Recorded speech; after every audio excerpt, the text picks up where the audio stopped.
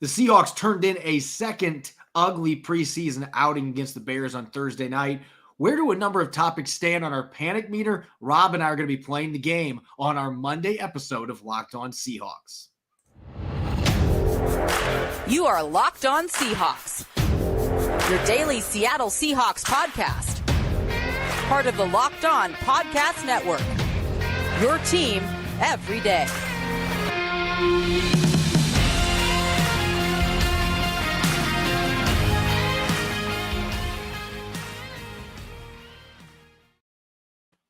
Greetings, 12. This is Corbin Smith, your host for Locked On Seahawks. Joining me for our Monday episode, my co-host in crime, Rob Rang. Thanks to all the 12s for making Locked On Seahawks your first listen 5 days a week. We greatly appreciate it. We're now several days removed from that debacle that was the home preseason opener, the Seahawks losing to the Bears 27-11.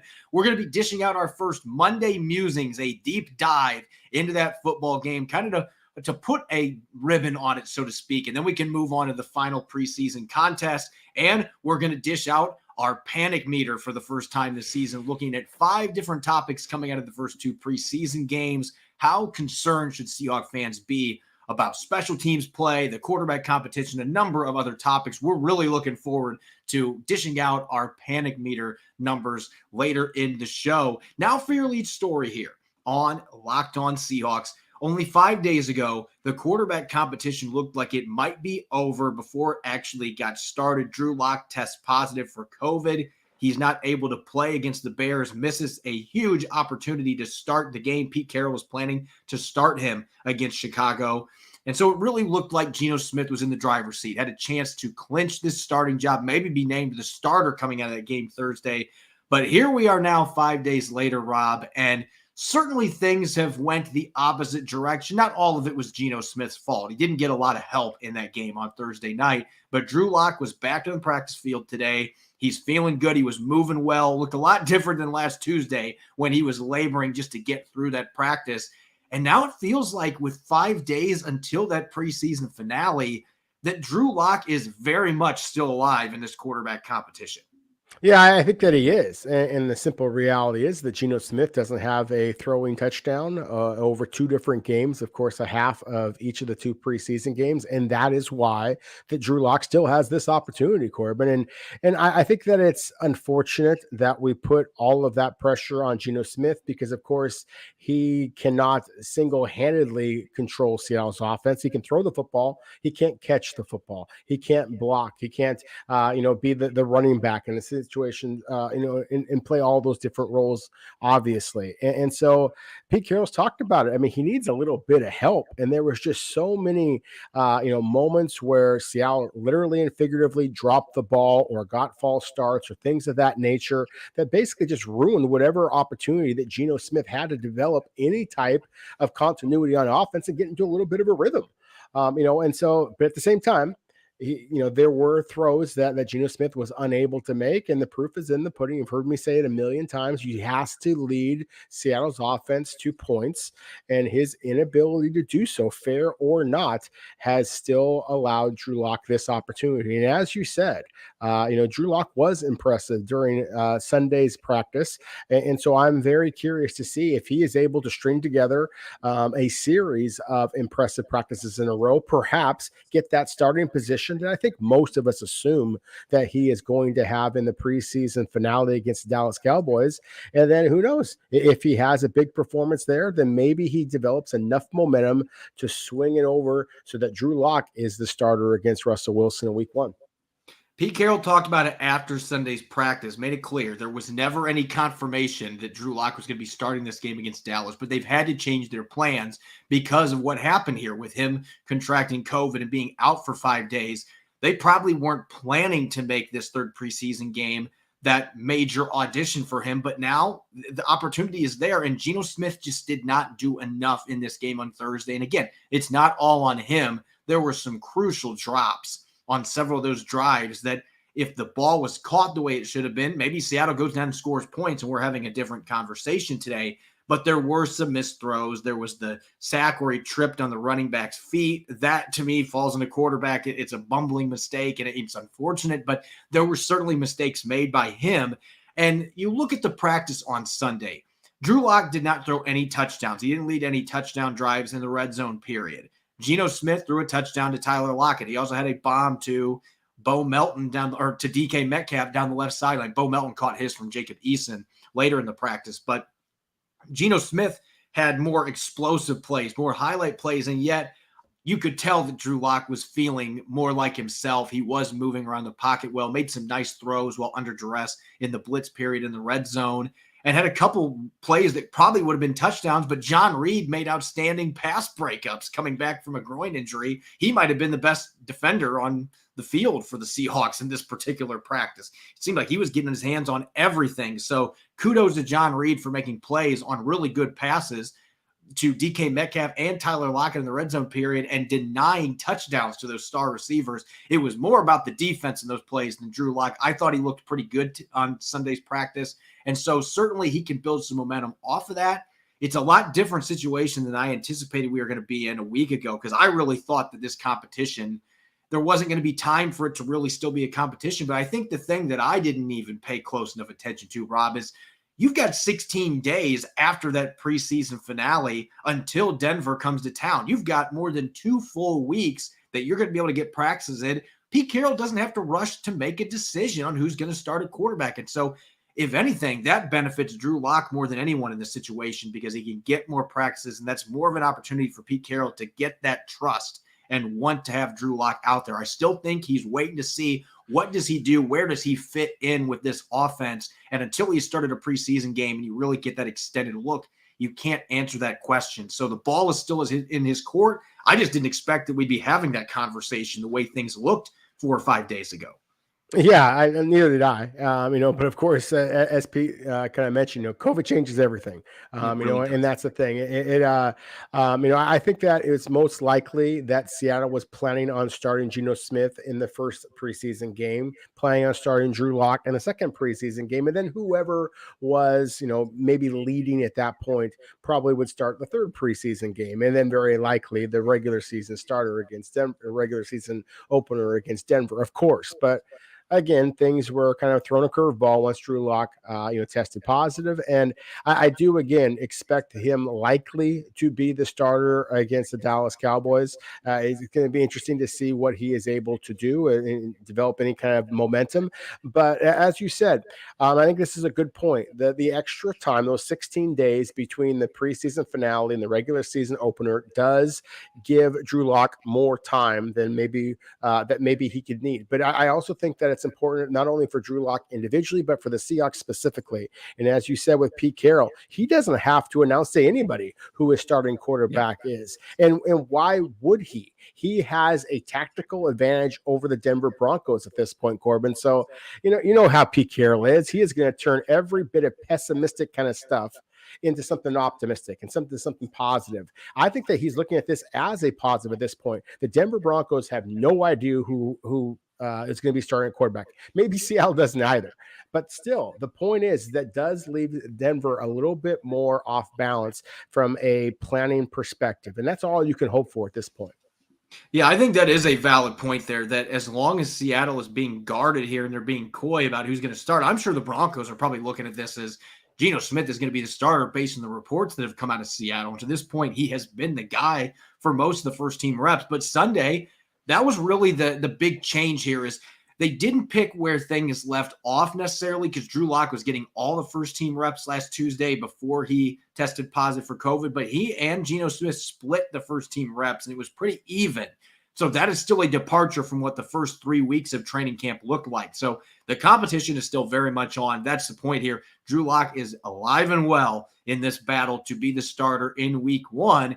There's obviously a lot of pressure on him to go out and perform. I would be stunned if he's not the one starting against the Cowboys on Friday. The Seahawks want to give him that opportunity, but Pete Carroll doesn't have to tell us, the media, like he said today, I might tell you about my plans, I might not. He doesn't have to indicate who's going to be starting on Friday. I would just be really surprised if it's not Drew Lock, because you want to give him that opportunity that was taken away from him last week, and you want to see what he can do. And who knows how many starters are going to be out there with him, but you'd like to at least see what he looks like with that first team offense in an actual game setting, and really see where he fits into this competition. And who knows, if he goes out and plays well like he did in Pittsburgh, maybe that'll be enough to sway this competition. And Pete Carroll's going to feel like Drew Lock is in the driver's seat. He can win this job, even if it has felt like up to this point that it's Geno Smith's job to lose. We'll have to wait and see. This is still very much an open competition, and there's quite a bit of time for Carroll and the staff to figure out who's going to be starting against the Denver Broncos. Up next, we're going to take one last look at that tough Thursday preseason loss to the Chicago Bears, some Monday musings, in-depth takeaways on both sides of the football from Rob and myself. We'll get to that here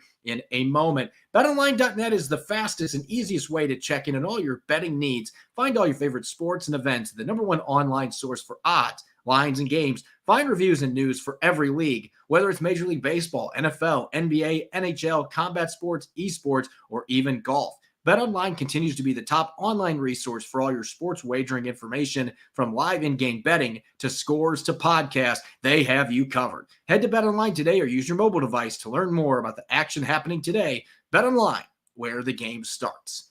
You're listening to the Locked On Seahawks podcast, Monday edition for our YouTube listeners. Getting it a few hours early on Sunday night. The Seahawks had their 13th training camp practice today. We'll get a little bit of insight on that as we go along with this episode. I'm your host, Corbin Smith. Joining me as always, my co-host in crime, Rob Rang. Thanks for making Locked On Seahawks your first listen 5 days a week. We greatly appreciate it. However you play, get the latest NFL fantasy draft tips from Locked On Fantasy Football and Locked On Dynasty. Plus, starting August 22nd, we're bringing you daily top 10 lists for fantasy draft week. Locked On Fantasy Football and Locked On Dynasty are available on YouTube and wherever you get your podcasts. It's always tough when we're looking back at a loss, particularly an ugly one in the preseason, Rob. But we're going to be kicking off. This is going to be going on all season long. We're going to have Monday musings the day after the game. In this case, with it being a Thursday game, a few days later, a few days delayed for us to look at all 22 film, but some in-depth takeaways following the game. And we've obviously had a chance now to go back, as much as it was painful, and rewatch this Bears Seahawks game, Seattle losing 27-11. I'm going to give you the mic first, good sir, because you weren't on our post-game show. What is something on the offensive side of the football that really stood out to you in this exhibition game? I think the very first thing, Corbin, would be just pass protection. It has been such a huge, wart for Seattle for so long. It's just been ugly. And to see how well the two rookie tackles have played, and obviously with Charles Cross, we all know about the false starts. But in terms of the actual play, his play was pretty darn good, especially considering he's going up against a stud in Robert Quinn. Abraham Lucas has been terrific as well. I like the play of the centers. I really spent a lot of time watching Austin Blythe. I thought that he had a strong performance. I thought Kyle Fuller played well. I thought Dakota Shepley played well. So those were areas of concern in my mind entering this game. I know that there's going to be a lot of talk about the quarterbacks, but I just thought that, before we worry about quarterbacks, you have to be able to have some type of protection to allow those quarterbacks time to operate. And I feel confident that Seattle has addressed their offensive line well enough that they should be able to give whoever is the quarterback some opportunities this season to have some success. And I think, piggybacking off of that, I thought Abraham Lucas was the best offensive lineman on the field for the Seahawks on Thursday night. And I don't know necessarily that it was close. He just was physically imposing in the run game. And I credit him with giving up a sack when I watched the game live. And we talked about this in the show. Going back and watching the All-22, the sack that Jacob Eason took, I'm not pinning that on Abraham Lucas. That was a case where Jacob Eason had tons of room to move up in the pocket, and he didn't do it. And so I'm not going to blame Lucas for that. I thought he was sharp in pass protection. I have him down for 4 pancakes in the first 2 preseason games. He looks like he's having a blast getting down and dirty in the run game. He's winning in zone blocking schemes. He's winning in gap schemes. It's the preseason. You don't want to put too much stock in it. But he, to me, looks like a legitimate starter. And to add to that, he was the best offensive lineman during their one-on-one drills at Sunday's practice as well. He stonewalled Darrell Taylor 3 times in that particular session. His main competitor, Jake Curhan, had kind of a rough one-on-one session, got beat by Vi Jones, who's now moved to outside linebacker full-time. His speed was too much for Curhan, and Quentin Jefferson beat him a couple times as well in that drill. So it seems like all the momentum is going towards Abraham Lucas at this point. Now, the guys they are blocking for. Ken Walker III, maybe a little bit of a cryptic message from Pete Carroll on Sunday. There's no timeline. It almost made it sound like maybe they're a little more pessimistic about how quickly he's going to get back from whatever procedure he had done for a hernia. But maybe Seattle shouldn't be worried about rushing him back because Travis Homer and DJ Dallas continue to perform well at training camp practices. They both have played well in their preseason games. I think both these guys just look like they have taken their game to another level. You've got a healthy Rashad Penny too. Seattle should feel really confident in the backfield group they've got and the versatility that group brings to the table, with Homer and Dallas being really soft-handed out of the backfield. They're both good pass protectors, particularly Homer. Even Penny has shown some improvements in that regard. So they can get by without Ken Walker III, at least for a few weeks, if they have to stall out his recovery time a little bit early in the regular season. There's no question about it. Ken Walker III is a terrific talent, but Seattle's running back talent and depth overall is fantastic. I've been to 5 different NFL clubs training camps over the last month of the Corbin, and I think that Seattle's running back, again, talent and depth is as good as any of them and perhaps better than all of them. And we're talking about teams like the Super Bowl defending LA Rams and Super Bowl favorites like the Kansas City Chiefs, Denver Broncos, Los Angeles Chargers. I mean, some stacked rosters, and yet Seattle is just as good as it gets, in my opinion, at least at the running back position. You mentioned just the incredible play that we've seen so far in the preseason from Travis Homer and DJ Dallas, Josh Johnson, Darwin Thompson, and then, of course, Rashad Penny. There's only been 2 days I've been at Seattle's training camp practices, Corbin, but the 2 days I've been there were 2 days that Rashad Penny made explosive plays. And so I think that Rashad Penny looks like he's basically on track to do exactly what he did towards the tail end of last season. So I think that he is the leader of that clubhouse, and Seattle has all the time in the world if they want to take Ken Walker and allow him to, really, truly be back and healthy. Because, again, I think that he's a spectacular talent as well, but it is not a position where Seattle has to rush to judgment there. I would say this, though, while running back is a huge area of strength, in my opinion, and wide receiver, at least the top 2 guys, Tyler Lockett and DK Metcalf, obviously are superstars. My goodness, it does feel like Seattle just continues to have problems with trying to find any kind of number 3 option, number 4 option, any type of consistency. I think the Penny Hart, Kevin Castles was some of the best, most reliable receivers Seattle had in this preseason game against Chicago Bears. I mean, to me, is there anybody who wants to play that number 3 receiver for Seattle?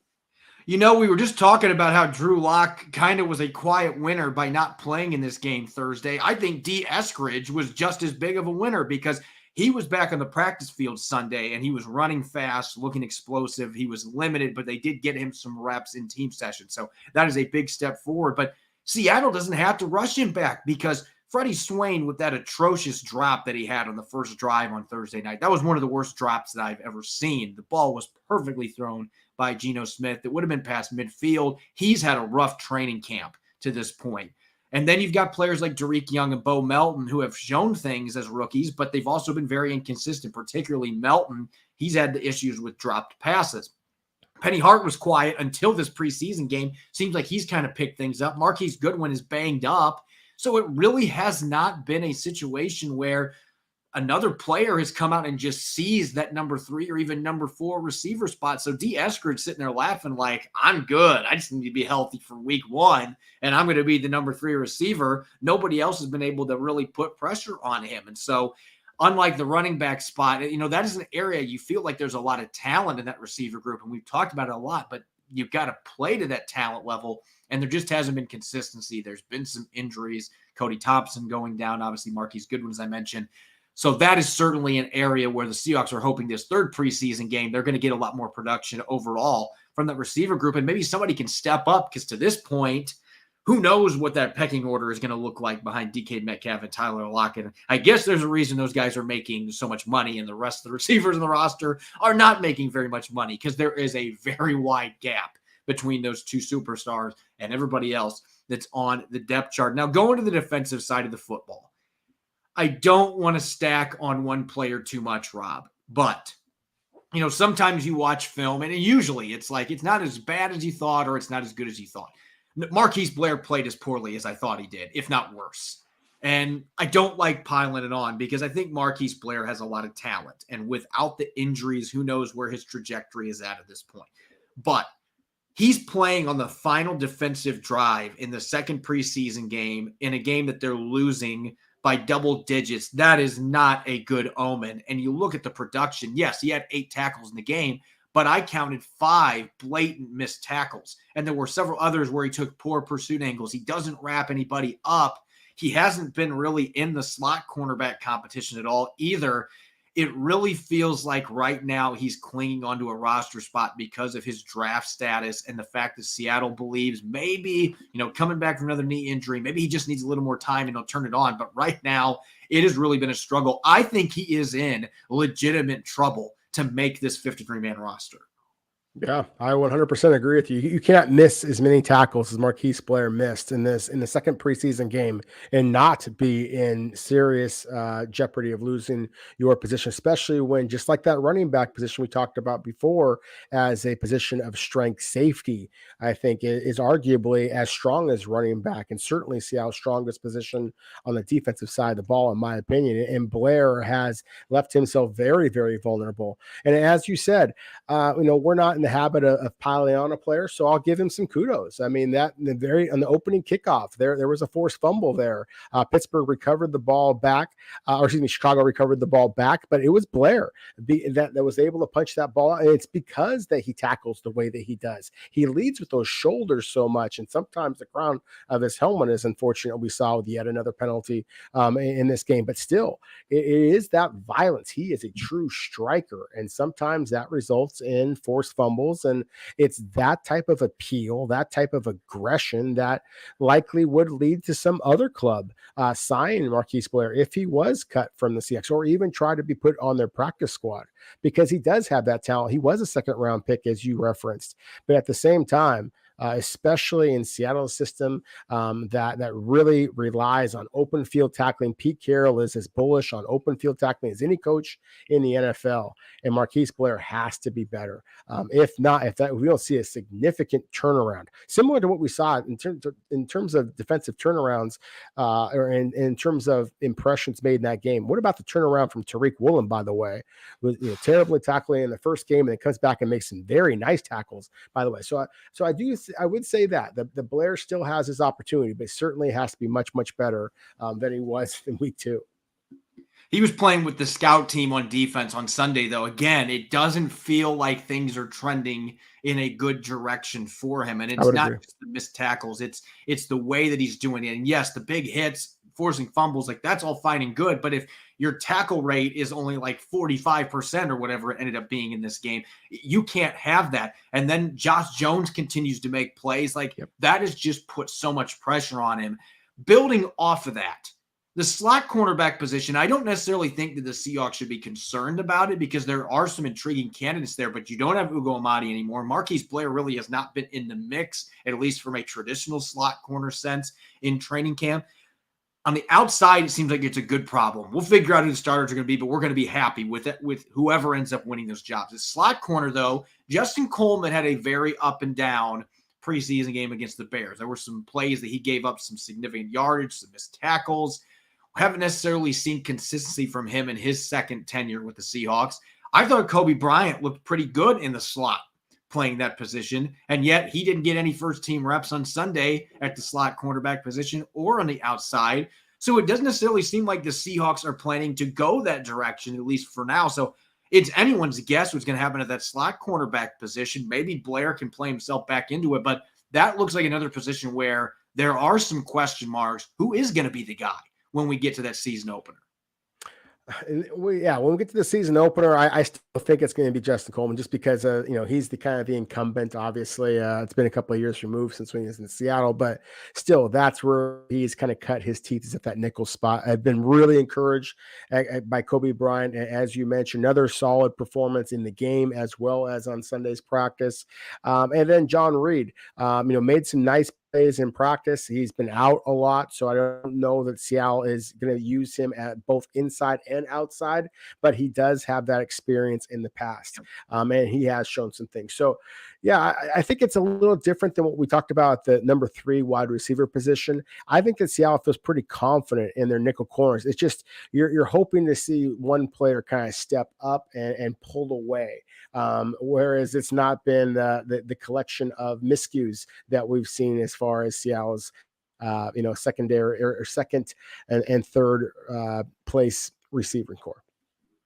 When we come back for the next segment, the Seahawks had a pretty darn tough second preseason game. They didn't win the first one either. It's just exhibition season. At the same time, the fans are panicking. So we're going to bust out for the first time this season our panic meter on 5 different topics coming out of Tuesday's preseason loss to the Bears. We'll be right back.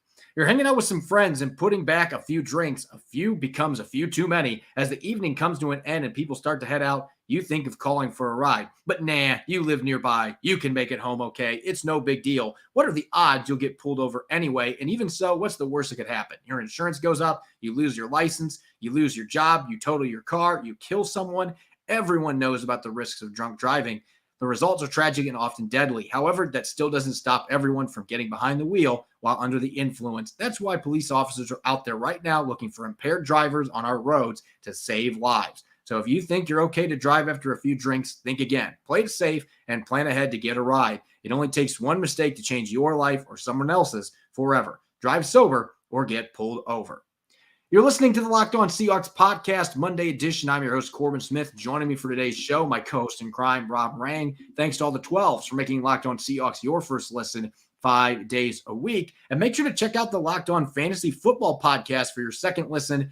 Find the intellectual fantasy expert, Vinny Iyer, who brings over 20 years of NFL expertise and a unique angle to give you the moves no one else has. Get ready for your fantasy draft with Locked On Fantasy Football, available on YouTube and everywhere you get podcasts. All right, Rob, the Seahawks losing to the Bears 27-11 on Thursday night, dropping to 0-2 in the preseason. Already going into preseason and training camp with low expectations. Fans, understandably, have plenty of reasons to be panicked about the state of the Seahawks. And so without further ado, for the first time this season, it's time for us to bust out the panic meter. And how this works, scale of 1 to 5, I'm going to dish out a topic or a player or something along those lines. And you and I are going to dish out a number between 1 and 5. 1 being Pete Carroll at the beach, sipping on a rum and Coke. 5 being the VMAC is burning to the ground. And we're going to decide where the panic meter is at on all these topics. So let's start with the most obvious one here. First up, Rob, quarterback competition in general. Where is the panic meter at for you on the state of the quarterback competition with Drew Lock missing time with COVID? Interesting way the Seahawks have handled divvying out the reps throughout training camp. Just the fact it's Geno Smith versus Drew Lock. Where are you at panic meter wise with the QB position?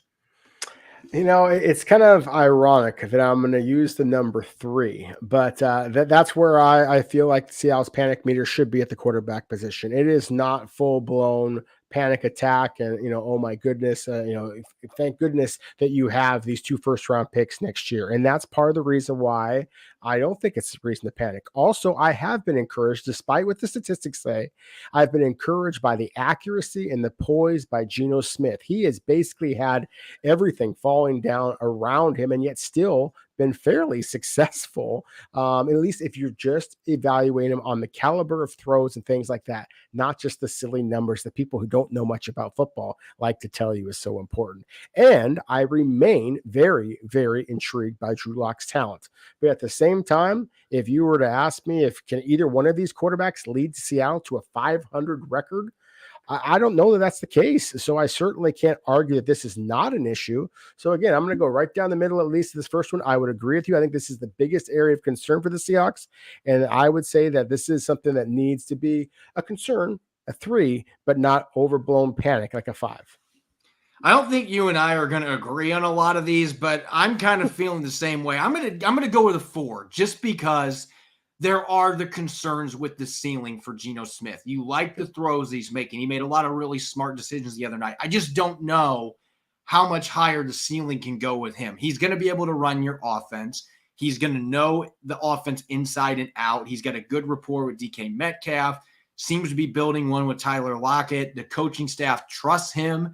His teammates trust him. I just don't know where that ceiling is at. And then Drew Lock, he's got the higher ceiling, but you just don't know if you can trust him. Can he run this offense? Can he continue to be smart with the football, which for the most part, he has been during training camp, though momentum has been on his side. So you've got the Jimmy Garoppolo possibility hovering over the Seahawks. If he becomes a free agent, then Seattle could absolutely try to bring him in and upgrade the quarterback spot. So we knew going in that this was going to be a concerning area for the Seahawks. I don't think the building is burning down, but after Drew Lock misses that second preseason game, the bad luck of contracting COVID, I definitely think that there might be some smoke billowing from the building, and they're hoping they can get the fire extinguisher, have a good performance by one of these quarterbacks on Friday, and feel a bit better coming into this 2022 season.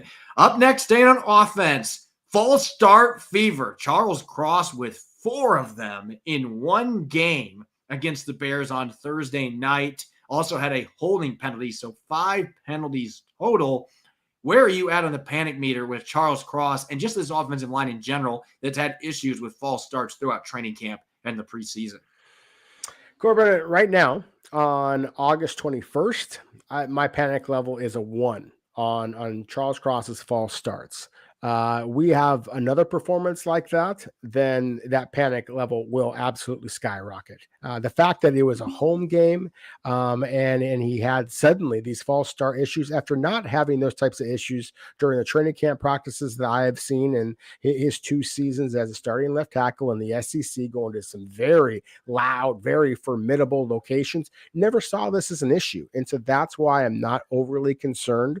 And listening to and just kind of reading some of the comments that people have mentioned, Charles Cross did not know at the time that he was going up against Robert Quinn, one of the most productive pass rushers in all of the NFL. I mean, he certainly recognized he was going up against a good football player, but didn't necessarily. So it wasn't nerves, I don't think, about his opponent. So again, if this winds up becoming an issue, and that was something that Nick Lee and I talked about before. We had some concerns about how well Seattle's rookie tackles would go and fare in Three River Stadium, or whatever Pittsburgh calls their stadium now, just because of the crowd noise. But it was certainly problematic in this game. It absolutely destroyed Seattle's offense. We talked about that with Geno Smith had no opportunity. So many of the false starts and hold that Charles Cross had in this particular game brought back huge plays for Seattle. And so that is something that unfortunately Seahawks fans are all too familiar with guys like that. We've seen in the past with Jermaine Ifedi, with James Carpenter and their ill-timed penalties. Hopefully, knock on wood, this is not going to be a second coming of that type of situation. Yeah, I'm going to go with a 3 on this, not necessarily just for Charles Cross. It's just been throughout training camp. I think they can get this corrected. At the same time, though, this has been a consistent problem, these pre-snap penalties, and not all of it has been the young guys. Some of your experienced players in the middle have been getting false starts in practice too. So I don't know if that just boils down to, we're playing with different quarterbacks, at least in the case of Drew Lock. Jacob Eason hasn't had a lot of reps with these guys, even though he was with the team for part of last season. He wasn't getting those practice reps during the week. Maybe that's part of it, but it has seemed like this is something that you would start to see improvements on, and yet it hasn't happened. So I don't think that I'm going to go 4 or 5 on this, but certainly I think it is something the Seahawks should be mildly concerned about at this point, because it has been going on now for the better part of a month. We're deep enough now into the preseason and camp that this should be getting better, and yet it doesn't seem like it is. Maybe that changes now going into this preseason finale, but they have got to get this cleaned up. Going to the defensive side of the football, I'm going to take this one first because I wish that this was more than 5, to be honest. Linebacker depth. This has been a major problem for the Seahawks throughout their preseason and training camp. And this is not to pick on Joel DeBlanco, who has basically been with the Seahawks for about 10 minutes. But the former Aberdeen native, former Cincinnati Bearcat, obviously a really solid player at the college level. Him starting a preseason game and playing multiple drives and getting exposed in coverage, getting exposed in the run game. And I think he'll be better in a second preseason game because he hadn't been with the team very long. But that tells you all that you need to know about the depth there. They just released Joel Iyiegbuniwe, who they signed in March as a free agent, that I believe they were really excited about signing him. Pete Carroll literally on Sunday, when asked why they released him or why it didn't work out, well, other players are simply playing better. That's as blunt of an assessment as you're going to get. And I thought that he was probably going to be Cody Barton's backup. So that tells you all you need to know. If I could do a 6 on this one, I would. I would say that, this is apocalypse now standing, not just burning the building down. It's already happened and mayhem is ensuing. I think that this is a real problem. They are going to have to be hunting on the waiver wire, see if they can find some talent there to upgrade their depth behind Jordan Brooks and Cody Barton. Because if there's an injury there, they are going to be in a world of hurt. That's very true. If they have any type of injury to Jordan Brooks or Cody Barton for that matter, who I think has had a kind of an underrated training camp, underrated second preseason game. I thought they was solid in the first preseason game as well, but there's no question the depth after them is troubling. You mentioned Iggy. I had conversations with Seahawks scouts back in March and April, because I kind of thought that this was a club that was going to use one of their early draft picks on a linebacker, and when they did not do so. One of the reasons why I was told was because they thought that Iggy could be a challenger to Cody Barton for that starting role. So we weren't the only ones kind of thinking that. So that has certainly been a huge disappointment for Seattle. But let me hopefully talk you and perhaps some other Seahawks fans and supporters off the ledge a little bit, and just by telling you this, that all throughout the NFL, Corbin, we are seeing NFL teams who are not allocating any type of money to their linebackers. There's a lot of good veterans that are still out there. There's a lot of guys who are going to get cut that are not very well known, but are good quality players. I think that Seattle's depth at linebacker is a concern. I would give this a 3. But because I think there's going to be enough quality linebackers available as free agents so you can pick up on the waiver wire, then that's why I am not quite as concerned as you might be if all you're doing is looking at one club. Looking at the entire NFL, there's going to be a lot of good quality tacklers, which is one of the biggest concern I have for Seattle's linebackers. A lot of good tacklers that are going to be available. They just may not all be able to run like an Iggy, but again, they can tackle a lot better, and that's going to be more important once we get into the regular season.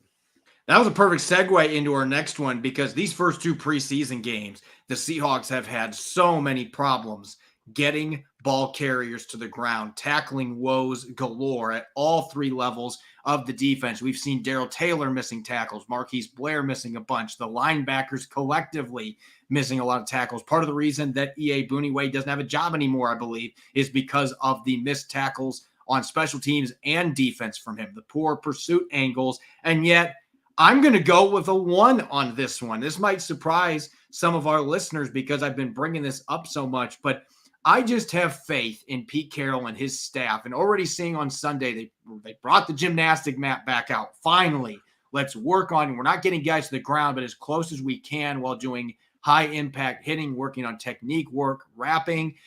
I think they're going to be able to get this figured out. The Seahawks have a reputation for being a good tackling team and having a coaching staff that knows how to coach how to tackle. And so I expect that this coaching staff is going to get things figured out. I think some of these moves, releasing Joel Iyiegbuniwe, to me, I was thinking about asking Pete Carroll point blank about this today, but I think he was made as an example for the rest of the players in this team. Whether you're a veteran or a rookie, you better tackle and get people to the ground or you will not be here. And I think they used him as an example for that. They could have some other guys in this team that end up being used as examples for that on final roster cuts as well. So I think the message has been sent. You've got a coaching staff that knows how to coach this up. They might realize we haven't been doing enough here, and I expect they're going to get this cleaned up.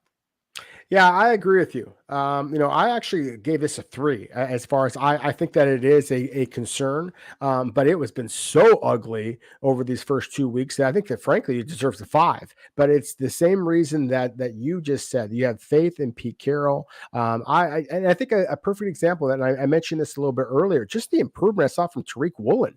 I mean, my goodness, he looked like he couldn't tackle his way out of a wet paper bag in the first preseason game. And then in the second preseason game, as others around him were missing tackles, Tariq Woolen cleaned up some. He had a tackle at the 1 yard line, saved a touchdown. That was a terrific tackle. And so just to see that type of improvement in just a week is a testament to Tariq Woolen, but it's also a testament to Seattle's coaching staff that has proven this ability over and over again, Corbin. And I do think that once you start to see Seattle's regulars on the field, then you're going to see this issue kind of drift away. Last but not least, and I know our listeners know where we are going with this because this was the worst problem on Thursday night. It was not good in the first preseason game, but it was atrocious against the Chicago Bears, and that is special teams play. This one is a 3 for me, and some of our listeners might think, oh, I thought he was going to go a little more fierce on that, but this kind of goes back to the coaching staff again as well. Rob, I think that you and I both have a lot of respect for Larry Izzo and the job that he has done coaching this special teams unit since he took over for Brian Schneider a few years ago.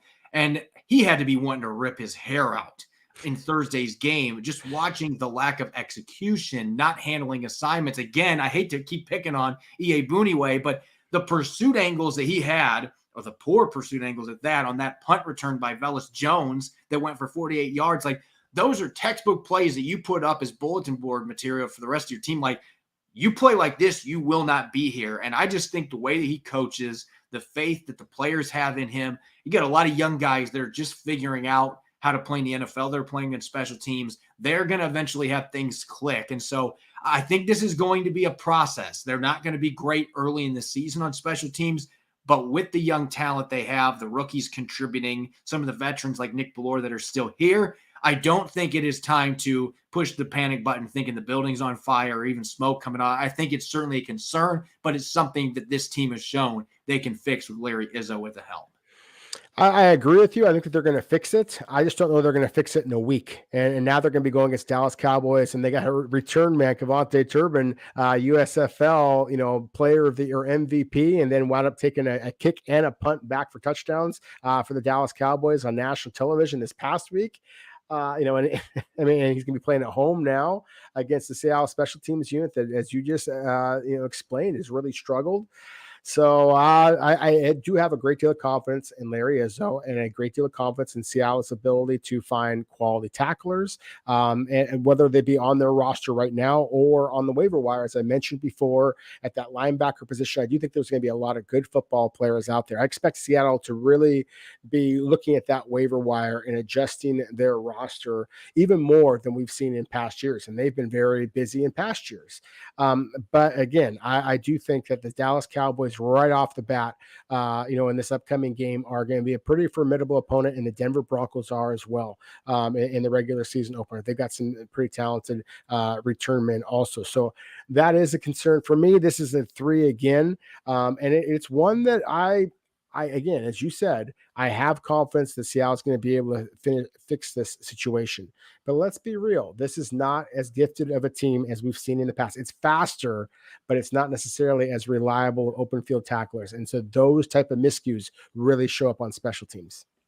As always, you can follow me on Twitter at Corbin Smith NFL. You can follow Rob at Rob Rank. Check out Locked On Seahawks and Apple Podcasts, Google Podcasts, Spotify. We're also streaming 5 days a week, video form on YouTube. Coming up on Tuesday, we're going to be checking out some observations, some takeaways from the previous 2 training camp practices, and taking a look at a few players that are clearly on the roster bubble and where they stand heading into the preseason finale. You won't want to miss it. Thanks for listening in. Enjoy the rest of your Monday. Go home.